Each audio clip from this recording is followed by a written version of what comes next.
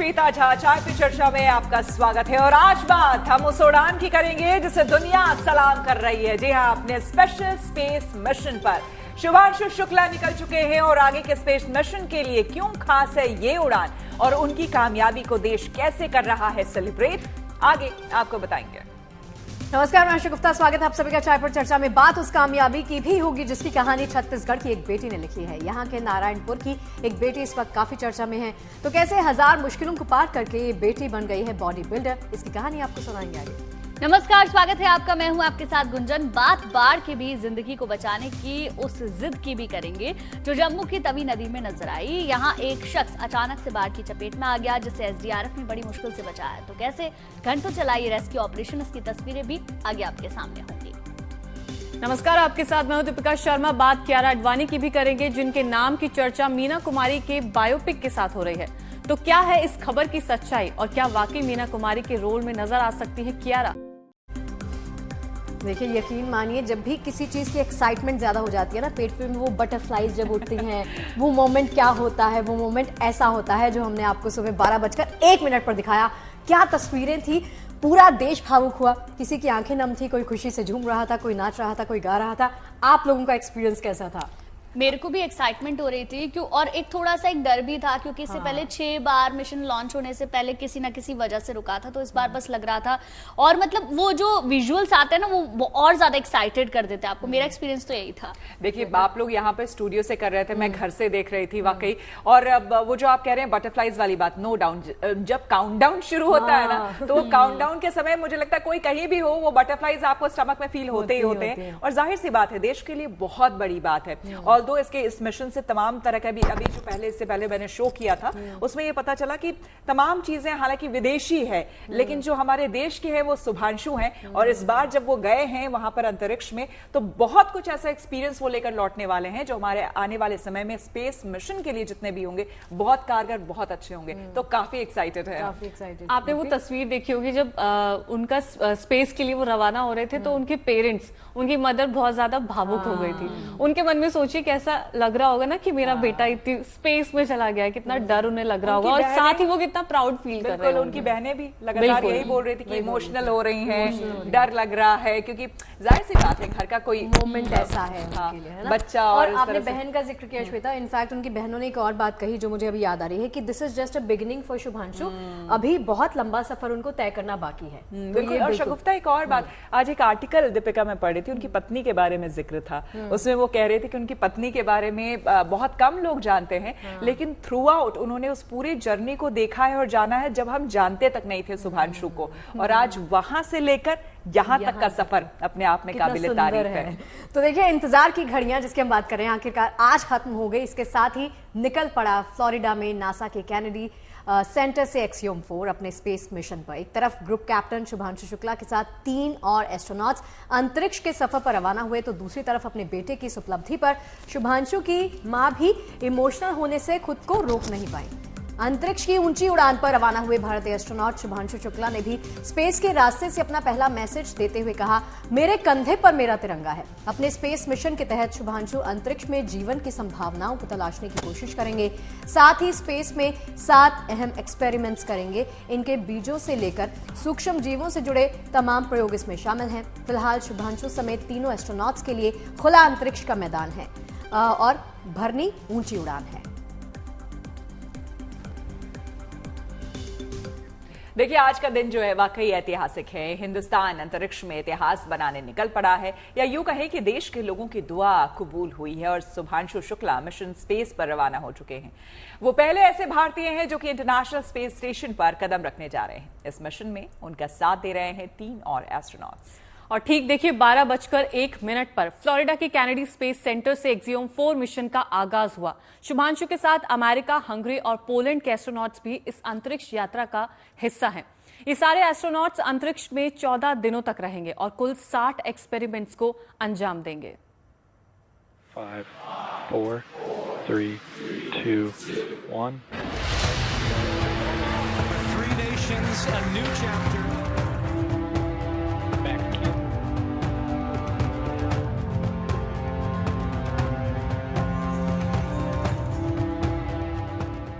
6 बार अलग अलग वजहों से जिस स्पेस मिशन को टालना पड़ा, आखिरकार उसके मुकम्मल होने की घड़ी आ गई। ठीक 12 बजे नासा के कैनेडी स्पेस स्टेशन से शुभांशु समेत सभी एस्ट्रोनॉट ने उड़ान भरी। जैसे ही देश के लाल ने स्पेस यात्रा शुरू की, उनकी मां की आंखें छलक आईं और पिता का दिल भर आया। ये लम्हा केवल शुभांशु के माता पिता के लिए खास नहीं था, बल्कि एक क्षण हर हिंदुस्तानी को गर्व से भर देने वाला था। आप बताइए, लोग तस्वीरें आज खिंचा रहे हैं आपके साथ। यहाँ पर सामने जो रॉकेट है वो स्पेस की ओर बढ़ गया है। कैसी एक पिता की अनुभूति है? कैसा क्षण है आपके लिए? बहुत अच्छा क्षण है, बहुत अच्छा लग रहा है। हम इसके लिए जो है ईश्वर को धन्यवाद करते हैं और उन सभी लोगों को जिन्होंने हमारे बच्चे को दुआएं दी है, उसके लिए जो है हम उनका भी धन्यवाद अदा करते हैं। ये हमारे बच्चे के लिए जो है उन्होंने प्रार्थना की और उसका जो है बच्चे का मिशन जो है सक्सेसफुल लॉन्च हुआ है। ये हमारे लिए बड़ी खुशी की बात है। लोग आए जिन्होंने कहा ये शुभांशु के पापा है, फोटो खिंचानी है हमको।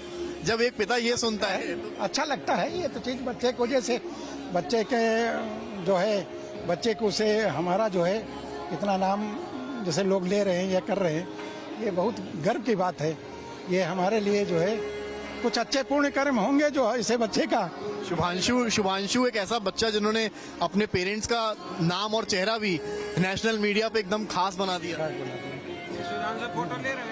वो बहुत अच्छा है, गौरव के बहुत अच्छा लगता है। इमोशनल लग रहे हैं, बहुत अच्छा लगता है।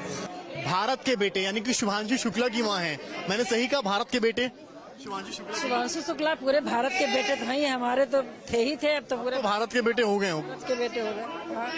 केवल एक माँ नहीं है उनकी पूरी बहुत माएँ हो गई, बहुत ज्यादा। इतनी माओं की दुआएं लग रही हैं। सबकी दुआएं अनंत दुआएं लग रही बच्चे को। हमारे शुभकामनाएं सबकी बहुत जगह से मैसेज आ रही है, अच्छी अच्छी मैसेज आ रही है। लेकिन आप एक माँ हैं, कहते हैं ना बच्चा खेलने भी जाता है तो माँ बड़ी कंसर्न होती हैं। जब आप यहाँ सामने बैठी थी मैं देख रहा था, जैसे ही रॉकेट उड़ा है आपकी आंखें एकदम वहाँ पर, आपकी पलक नहीं झपक रही थी। हम सोच रहे थे हम उसको देखते रहे, लगातार देखते रहे।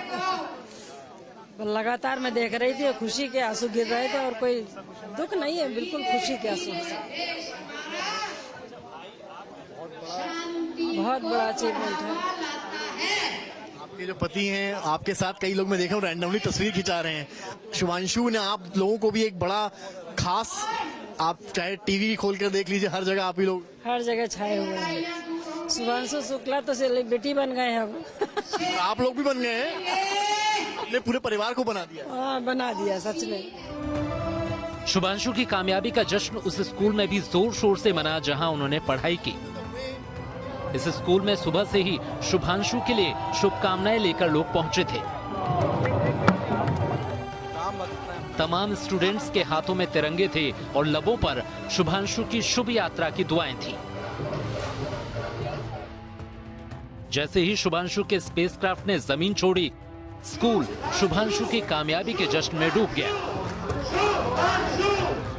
बच्चे जो है यहाँ पर इन लोगों ने भी डांस शुरू कर दिया है और इस तरह से उत्साह में यहाँ पर लबरेज यहाँ पर स्कूल जहाँ पर शुभांशु ने पढ़ाई की, वो बच्चे भी दिखाई पड़ रहे हैं। इनसे भी बात कर लेंगे। एक्साइटमेंट है, स्पेस कैसा लग रहा है? बहुत अच्छा, बहुत खुश लग रही है। आप ही के स्कूल से पढ़े हो?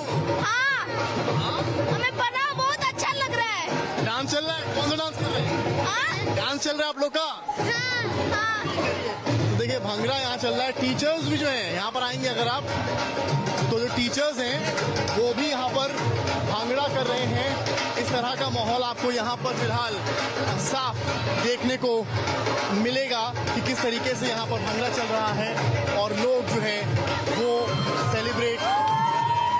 जो यहाँ पर टीचर्स हैं वो पूरी तरीके से जश्न मना रही हैं। ये जश्न और जो उत्साह है वो शुभांशु के स्पेस में जाने का है। ये सभी वो स्कूल के टीचर्स हैं शुभांशु के, जो यहाँ पर आपको देखने को मिल रहा होगा और लगातार ये सभी डांस कर रहे हैं, नाच रहे हैं और कहीं ना कहीं ये खुशी है उनके लिए। और यही ये सारी वो टीचर भी, चाहे मैथ्स की हो, फिजिक्स की हो, एस्ट्रो की वो सभी टीचर्स आप देख रहे होंगे तस्वीरों में, ये पूरा स्कूल झूम रहा है, पूरे टीचर्स नाच रहे हैं। और क्या कहेंगी आप?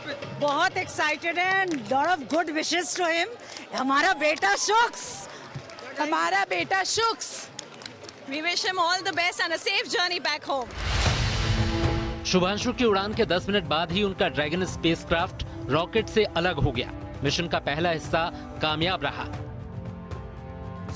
शुभांशु ने अंतरिक्ष के रास्ते से ही मिशन को लेकर पहला संदेश दिया। इस संदेश में उन्होंने तिरंगे को याद किया, देश को सैल्यूट किया और संदेश में शुभांशु ने कहा, नमस्कार मेरे प्यारे देशवासियों, व्हाट अ राइड। 41 साल बाद हम वापस अंतरिक्ष में पहुंच गए हैं और कमाल की राइड थी। इस समय हम 7.5 किलोमीटर प्रति सेकंड की रफ्तार से पृथ्वी के चारों तरफ घूम रहे हैं और मेरे कंधे पे मेरे साथ मेरा तिरंगा है, जो मुझे बता रहा है कि नहीं हूँ, मैं आप सबके साथ हूँ। ये मेरी इंटरनेशनल स्पेस स्टेशन तक की जर्नी की शुरुआत नहीं है, ये भारत के ह्यूमन स्पेस प्रोग्राम की शुरुआत है और मैं चाहता हूं कि आप सभी देशवासी इस यात्रा का हिस्सा बने। आपका भी सीना गर्व से चौड़ा होना चाहिए, आप भी उतना ही एक्साइटमेंट दिखाइए।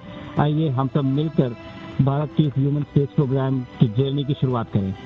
धन्यवाद। जय हिंद, जय भारत। शुभांशु के लिए स्पेस मिशन कितना खास है, इसका अंदाजा इसी से लगा लीजिए कि शुभांशु इस यात्रा में अपने साथ शाहरुख खान की फिल्म स्वदेश के गाने भी लेकर गए हैं। यही नहीं, रास्ते में वो यूं ही चल रही गाना सुन रहे हैं। यूं ही चल रही, यूं ही चल रही, जीवन समय ये गाड़ी पहिया।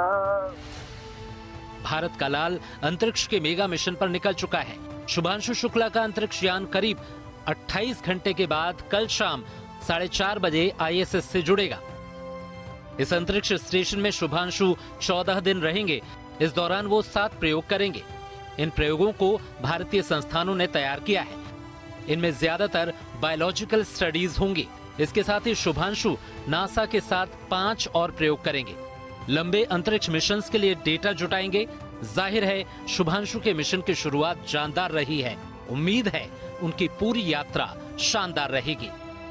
लखनऊ से समर श्रीवास्तव के साथ bureau report, good news today. देखिए, जाहिर है शुभांशु शुक्ला के अंतरिक्ष की ओर बढ़ते कदम हिंदुस्तान के इतिहास में एक और सुनहरा अध्याय लेकर आ रहे हैं। कैसे बनाई इस स्पेस मिशन मील का पत्थर शुभांशु की इस उपलब्धि और भारत के लिए ये कितना महत्वपूर्ण है, इस पर केंद्रीय मंत्री जितेंद्र सिंह ने रिएक्शन दिया है। देखिए। अपने शुक्ला ने हिंदी में अपनी बात रखी। सर, आप हिंदी में किस तरह से देश को इस बड़ी कामयाबी को बताएंगे? नहीं, मैं तो यही कहूंगा कि वो सपना, वो आंखों में सितारे लेकर के जो विक्रम साराभाई निकले थे, उस स्वप्न का साकार होते आज हमने देखा। हम सब इसके चश्मदीद गवाह है। और जिस तरह से मीडिया के मित्रों में उत्साह था, तो मुझे लगता है कि ये स्वयं अपने में दर्शाता है। लेकिन ये होना विधाता को यही मंजूर था कि प्रधानमंत्री मोदी जी हों तो फिर हो। और वो इसलिए संभव हुआ कि जिस प्रकार के स्पेस में विभाग में सुधार लाए गए, क्योंकि ये एक ऐसा विभाग था जो अछूता रहा था और इसको गोपनीयता के पर्दे में रखा गया था। इसको जब प्राइवेट सेक्टर के लिए खोल दिया गया तो न केवल साधनों में वृद्धि हुई बल्कि आत्मविश्वास में भी वृद्धि हुई। और जब उनको मौका मिला तो 3-4 साल के भीतर ही हमारे विशेषज्ञों ने दुनिया भर को अपना इस प्रकार से अपनी क्षमता का प्रदर्शन किया कि आज दुनिया उनकी मान्यता भी करती है और उनके साथ सहयोग के लिए अपेक्षित भी है। जैसा कि इस एक्सपीडिशन में भी आपने देखा कि 4 सदस्यों में से सबसे अधिक महत्वपूर्ण जो भूमिका रहने वाली है वो शुभांशु की रहने वाली। आपकी बात हुई थी उनसे इससे पहले? वो पहले से भी चारों हमारे जो एस्ट्रोनॉट तैयार हो रहे हैं वो संपर्क में थे। फिर उसके बाद ये चयन किया गया कि 4 में से नायर और शुभांशु ये ह्यूस्टन चले जाएंगे और नायर भी वहीं थे, वो तो एज स्टैंड बाई थे, और शुभांशु का ऊपर जाना। एक आखिरी प्रश्न मैं लूंगा सर, ये भारत के लिए कितनी बड़ी उपलब्धि है पहला, और दूसरा कि किस तरह की चीजें वहां पर होंगी जब स्पेस में चारों एस्ट्रोनॉट्स पहुंचे? जो शुभांशु के द्वारा प्रयोग होने वाली हैं वो अधिकतर जीवन की संभावनाओं को लेकर के, सस्टेनेंस की संभावनाओं के, जब लंबे समय तक उस वातावरण में रहना पड़े तो इंसान के दिलो दिमाग पर क्या असर होता है, उसकी सोच पर क्या असर होता है, थॉट प्रोसेस पे क्या असर होता है, फैकल्टीज पे क्या असर होता है। जैसे मसल्स वेस्टिंग होने लगती है तो उसका क्या उपचार किया जा सकता है। इसी तरह से किस तरह से खाद्य पदार्थों का उपज की जा सकती है, माइक्रो ऑर्गेनिज्म को लेकर के, ताकि आने वाले समय में हो सकता है कि लंबा अरसा वहां गुजारने की संभावनाएं रहें। और उसके अतिरिक्त जैसे मैंने कहा कि भारत ने एक और भी मॉडल विकसित किया है स्पेस टेक्नोलॉजी को मानव जीवन को सरल बनाने के लिए किस तरह इस्तेमाल करना। बहुत धन्यवाद से बात करने के लिए। तो डॉक्टर जितेंद्र सिंह ने बताया कि कितनी बड़ी उपलब्धि है भारत के लिए और किस तरह के जो रिसर्च हैं वो स्पेस में जाने के बाद ये चारों एस्ट्रोनॉट्स करेंगे। मेरे सहयोगी नासिर का, तो मैं पीयूष मिश्रा। और चलिए कामयाबी की एक और कहानी आपको सुनाते हैं। कहा भी गया है कि प्रतिभा किसी की मोहताज नहीं होती। अगर इच्छा शक्ति मजबूत है, सच्ची लगन और कठिन परिश्रम से आगे बढ़ा जा सकता है तो कामयाबी जरूर मिलती है। और इस बात को सच कर दिखाया है नारायणपुर की रहने वाली खुशबू नाग ने। खुशबू ने अपने बॉडी बिल्डिंग के जुनून से वो मुकाम हासिल किया है जिस पर आज सभी को गर्व है। वो लगातार मेहनत करती जा रही हैं ताकि इस फील्ड में आसमान में वो एक दिन पूरी तरह से चमक सके।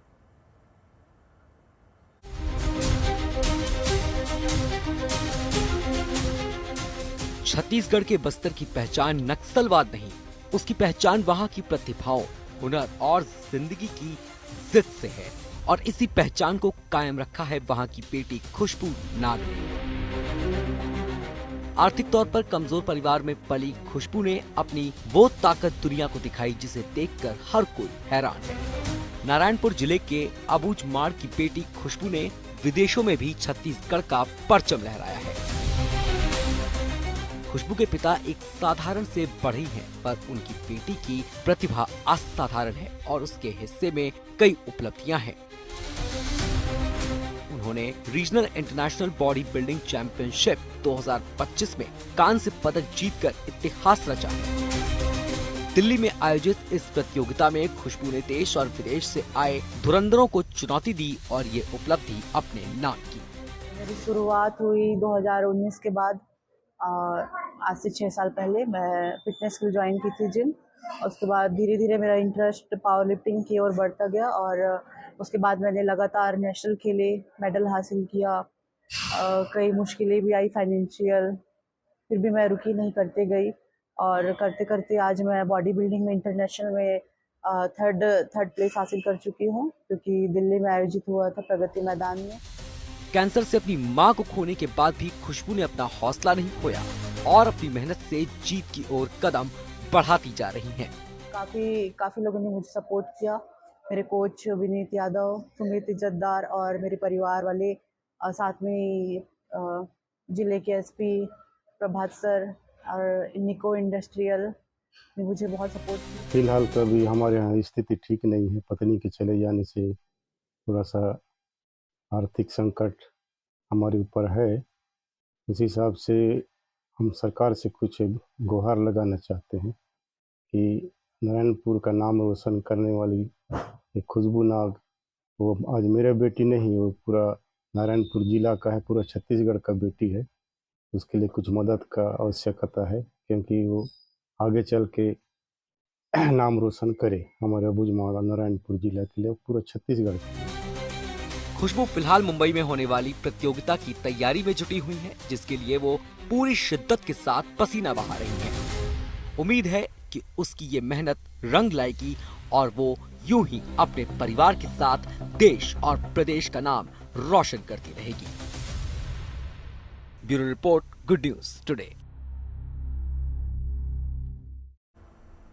छोटे बच्चों को देखकर उनसे बात करने या उन्हें टॉफी चॉकलेट देने की मुख्यमंत्री योगी आदित्यनाथ की तस्वीरें अक्सर सोशल मीडिया पर वायरल होती रहती हैं। ऐसे में एक वीडियो सोशल मीडिया पर खूब वायरल है। दरअसल इस वीडियो में कैसे पूरी हाजिर जवाबी के साथ एक बच्ची सीएम योगी से सीधे कहती है, आप मेरा एडमिशन करा दीजिए। ये सुनकर मुख्यमंत्री योगी आदित्यनाथ ने कैसे इस बच्ची को रिएक्शन दिया, देखिए। आप स्कूल में एडमिशन करवा दो। अच्छा, एडमिशन? हाँ। नन्ही सी मासूम बच्ची सीएम योगी से सीधा दिल छू लेने वाली गुजारिश कर बैठी तो सीएम योगी भी मुस्कुरा उठे। जैसे ही बच्ची ने अपनी बात रखी, योगी आदित्यनाथ ने बिना वक्त गंवाए अफसरों को आदेश दिया कि इस बच्ची का तुरंत स्कूल में एडमिशन कराओ। एडमिशन कराओगे? इसका एडमिशन हर हाल में हो गया, ठीक है ना, स्कूल एडमिशन होगा, ठीक है। जब आदेश खुद सीएम ने दिया हो, उसका पालन तो लाजमी है। सीएम के आदेश को अमल में लाते हुए 2 दिन के अंदर बच्ची का दाखिला यूपी के मुरादाबाद के एक नामी स्कूल में करवा दिया गया। मैंने कहा स्कूल में एडमिशन करा दो। हिल गुप्ता में। तो बेटा हो गया एडमिशन? कब हुआ? आज। बच्ची का नाम वाची है, जिसके एडमिशन के लिए माता पिता पिछले 3 महीनों से कोशिश कर रहे थे, लेकिन अलग अलग वजह से दाखिले में दिक्कत आ रही थी। जिसके बाद बच्ची के पिता सीएम योगी के जनता दरबार में पहुंचे, जहां नन्ही बिटिया ने सीएम से गुहार लगाई और सीएम अंकल ने भी बिटिया को निराश नहीं किया। और वो नाम नहीं पता ना मुझे। योगी जी के आश्वासन के बाद तो कोई अपडेट रहती ही नहीं, सब कंप्लीट हो जाता है।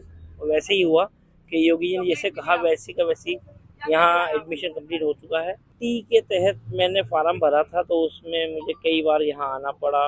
इसकी वजह से मुझे संतोषजनक साहब नहीं मिल पाया, ना यहाँ से, ना बीएसएस साहब की तरफ से, और ना ही लखनऊ निदेशालय से। इसके बाद मुझे ऐसा लगा कि शायद हो सकता है समय निकल रहा है तो कहीं मेरी बेटी जाए भविष्य अधर में ना हो जाए, इसलिए मुझे जाके मिले। दोनों को मुझे बार बार लखनऊ जाना पड़ा, अपने मुरादाबाद बीएस ऑफिस में कई बार जाना पड़ा, लेकिन इतने स्ट्रगल के बाद जब मेरे आदरणीय योगी आदित्यनाथ जी ने मेरी बच्ची को आश्वासन दिया और उसके एडमिशन्स के लिए कहा कि इसका एडमिशन जल्द से जल्द करा दिया जाए, तो मेरी इतनी समय का स्ट्रगल चंद मिनटों में कब खत्म हो गया मुझे पता ही नहीं चला, और मैं खुशी के मारे बहुत खुश, सच में। जहां लाखों लोग फरियाद लेकर आते हैं, वहां एक मासूम सी आवाज ने दिल जीत लिया। ये सिर्फ एक एडमिशन नहीं, ये भरोसे की कहानी है, सिस्टम पर विश्वास की कहानी है। जिस स्कूल में उनको चाहिए था, जिस स्कूल में एडमिशन के लिए उन्होंने माननीय मुख्यमंत्री जी से आग्रह किया था, उसमें उनका एडमिशन करा दिया गया है। और उसके अब आगे आने वाले सत्र में वो बच्ची उस स्कूल में पढ़ेगी। उनके कुछ जो डॉक्यूमेंट्स थे उसमें थोड़ी भिन्नता होने के कारण थोड़ा विलंब हुआ स्कूल वालों की तरफ से। स्कूल वालों ने ये चीज हमें लिख के अवगत कराया। जैसे ये प्रकरण हमारे संज्ञान में आया, हम लोगों ने तत्काल इस पूरे जो उनका एप्लीकेशन है उसको प्रोसेस करते हुए उनका एडमिशन स्कूल में करवा दिया है। जनता दरबार में एक छोटी सी आवाज गूंजी और उसका असर पूरे सिस्टम पर दिखा। अब ये बच्ची सिर्फ स्कूल नहीं जा रही, बल्कि अपने सपनों को पूरा करने की ओर कदम बढ़ा रही है। मुरादाबाद से जगत गौतम के साथ bureau report, good news today. देखिए, बरसात के सीजन में नदियों से दूर रहने की हिदायत दी जाती है। क्यों दी जाती है, ये आज हम आपको बताने नहीं बल्कि दिखाने वाले हैं। दरअसल जम्मू में तावी नदी में एक आदमी रेत निकालने के लिए गया था, तभी पीछे हो रही बारिश से नदी में अचानक पानी बढ़ गया और ये आदमी लहरों के बीच फंस गया। लेकिन उसने समझदारी दिखाई और तुरंत नदी पर बने पुल के पिलर की तरफ बढ़ गया। बिल्कुल, क्योंकि उसे पता था कि यहाँ पर ऊंचाई और इसी सूझबूझ से उसकी जान बच पाई। ऊंचाई पर होने की वजह से लोगों ने उसे देख लिया, फिर राहत बचाव ऑपरेशन भी चलाया गया।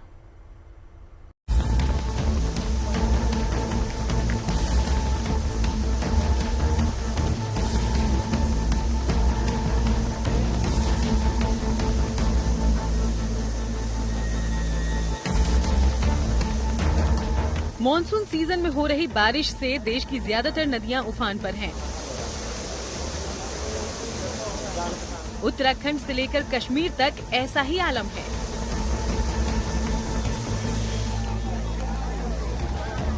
बीती रात जम्मू में हुई भारी बरसात के बाद तावी नदी का जलस्तर बढ़ गया और तावी नदी की उफनती धारा में एक आदमी फंस गया।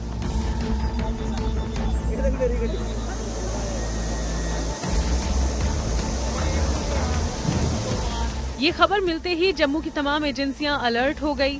फिर पुलिस और एसडीआरएफ ने रेस्क्यू ऑपरेशन शुरू किया। ये अभी साफ नहीं हो पा रहा है कि आखिर ये व्यक्ति यहाँ पर फंसा कैसे, नदी के बीच में कैसे पहुंचा। लेकिन आप देखिए यहाँ पर जो जम्मू कश्मीर पुलिस हो, साथ ही में जो बाकी यहाँ पर एसडीआरएफ की टीम्स हैं वो इसको निकालने का प्रयास कर रही है।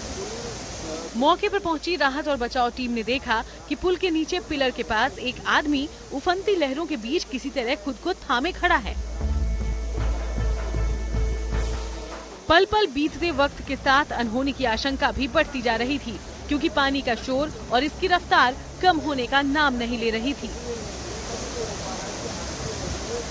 वहाँ पर देखिए तवी पुल है, वहाँ पर लोग भी काफी ज्यादा जमा है और वहीं से एसडीआरएफ की टीम से रस्सी निकाली है। हम वहाँ पुल पर जाने का प्रयास करेंगे क्योंकि उसी पुल पर उसको सुरक्षित निकाल लिया जाएगा, वहीं पर उससे बातचीत हो पाएगी और हम जानकारी लेंगे कि आखिर ये व्यक्ति यहाँ कर क्या रहा था, कैसे फंसा यहाँ पे।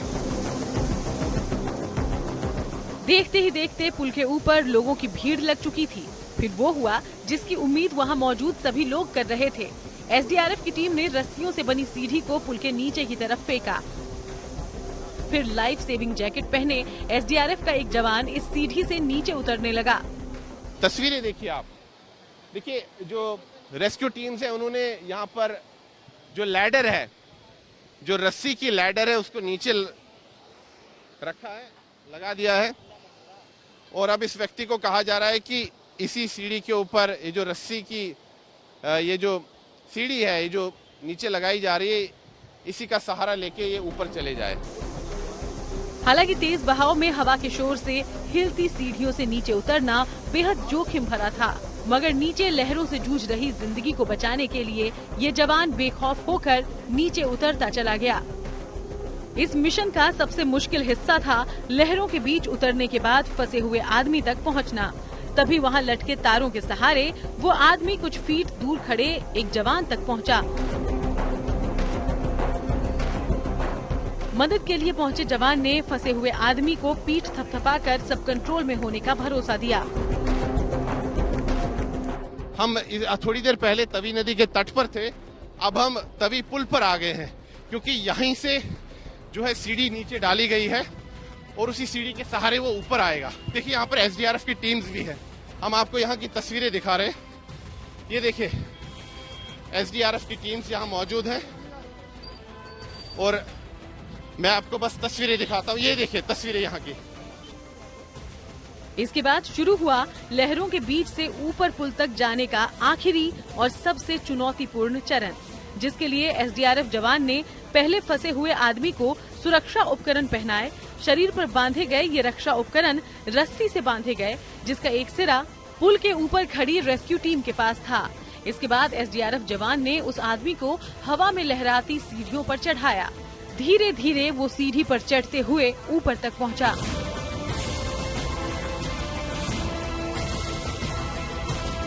पुल के करीब पहुंचते ही वहां पहले से मौजूद राहत और बचाव टीम के सदस्यों ने उसे सुरक्षित ऊपर खींच लिया।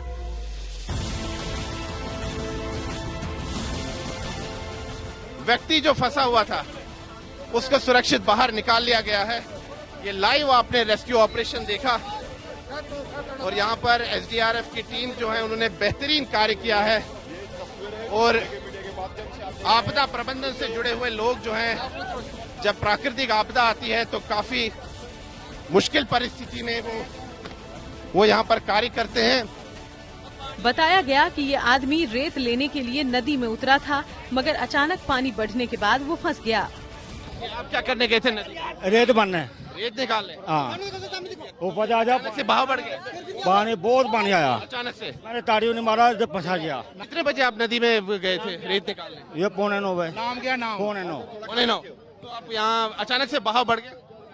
पानी ऐसे बाहर आया ना, बाजा ने पानी बहुत आया, मैं ताड़ियों ने मारा, इधर पहुँच गया। अच्छा, तो फिर आप पुल के नीचे ये जो मैं तो पता था भाई जरा ऊंची है। राहत और बचाव टीम में शामिल जवानों ने इस ऑपरेशन के बाद खुशी जताई। चुनौतीपूर्ण था ये रेस्क्यू ऑपरेशन? सर चुनौतीपूर्ण वो तो था, लेकिन हमें एज ए स्किल होने के बाद हमें लगता कि हमारे लिए चेहरे पर खुशी है कि आप एक जान बचा पाए। सर सबसे बड़ी बात है किसी के जान बचाना। सबसे एक होता है इंटरली जो होता है, एक बंदे को प्राउड फील होता है कि मैंने किसी की लाइफ सेव की है, और होप्स हो कि आगे ऐसा ना हो। फिर भी होता है हम कोशिश करेंगे जितना हो सकता है हम अपना बेटर करें और जितना हो सके लाइफ सेव लोगों की लाइफ सेव कर पाए। पूरे मॉनसून सीजन में नदियों की रफ्तार इस कदर ही रहती है, इसलिए लोगों को इस मौसम में नदी नालों से दूर रहने की हिदायत दी जाती है। जम्मू से सुनील जी भट्ट के साथ bureau report, good news today. और चलिए बात अब इजराइल की करते हैं। ईरान से सीजफायर के बाद अब इजराइल के ज्यादातर इलाकों में हालात सामान्य होते नजर आ रहे हैं। जिंदगी अब पटरी पर लौटने लगी है।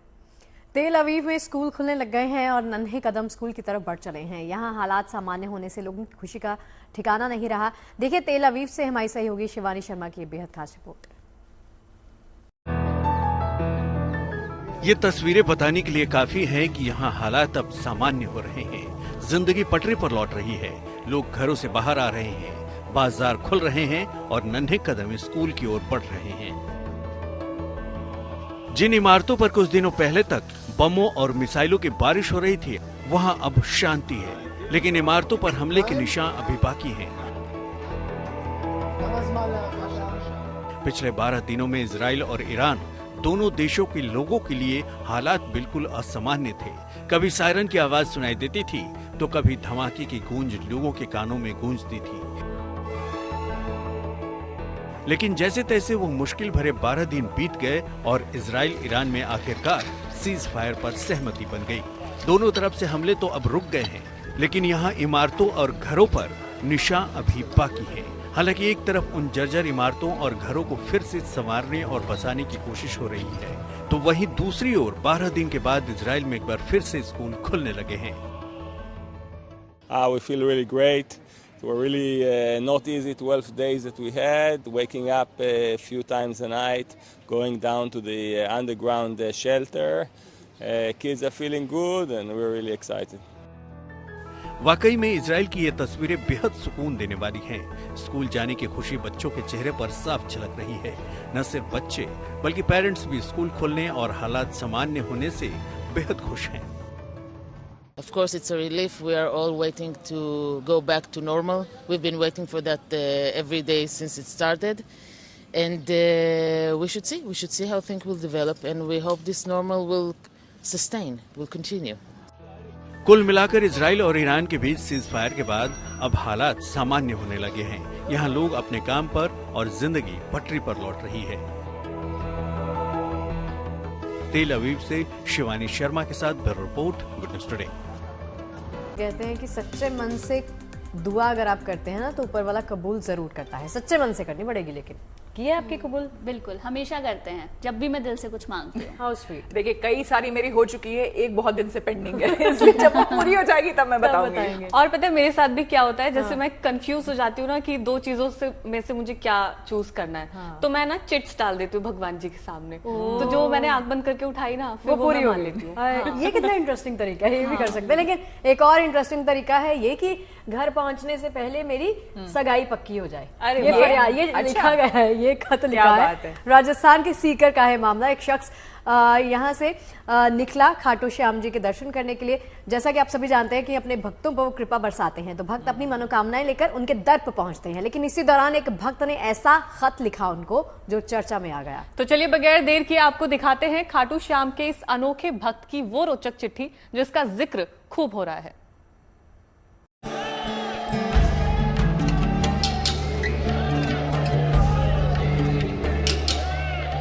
जिक्र जब आस्था का छिड़ता है तो भगवान के दरबार में हर कोई हाजिरी लगाता आया है अपनी मन्नतों को लेकर। लेकिन कई बार ऐसे भक्त भी पहुंचते हैं जिनकी प्रार्थना या कहें अरदास थोड़ा लीक से हटकर यानी ऑफ बीट रहती है। अब इस मजेदार और रोचक लेटर को ही देखिए जो एक भक्त ने सीकर में बाबा खाटू श्याम के नाम लिखा। अपनी शादी को लेकर बड़े ही फिल्मी अंदाज में यह अर्जी एक युवक ने रखी, जिसके अनुसार खाटू वाले श्याम, मेरी मनोकामना आपको बता रहा हूँ। मैं घर पहुँचूं उससे पहले मेरी सगाई का फाइनल हो जाना चाहिए और मुझे काम में तरक्की होनी चाहिए। जैसे ही मेरी शादी होती है आपके दर्शन करूँगा और 1.25 किलो लड्डू का भोग चढ़ाऊंगा। मेरी शादी जल्दी फाइनल कर दो मालिक बाबा। तो इस युवक के लिखे खत के भाव तो आप समझ गए होंगे, जिसमें वो बाबा श्याम से न केवल अपनी शादी पक्की करवाने की प्रार्थना कर रहा है, बल्कि उसने शादी होने पर 1.25 किलो लड्डू चढ़ाने का वादा भी किया। यही नहीं, युवक ने अपने घर पहुंचने तक सगाई फाइनल होने की मन्नत मांगी। और जब श्याम बाबा के नाम लिखी ये चिट्ठी मंदिर परिसर में पहुंचे श्रद्धालुओं ने पढ़ी तो कुछ मुस्कुराए तो कुछ ने इसे उस युवक की खाटू श्याम में अटूट श्रद्धा कहा। हालांकि ये कोई पहला मामला नहीं है जिसमें किसी भक्त ने ऐसी प्रार्थना की हो। इससे पहले भी खाटू श्याम जी में प्रेम और शादी से जुड़ी अर्जियां आ चुकी हैं, जिन्होंने सुर्खियां भी खूब बटोरी। राजस्थान के सीकर से सुशील जोशी के साथ bureau report, good news today.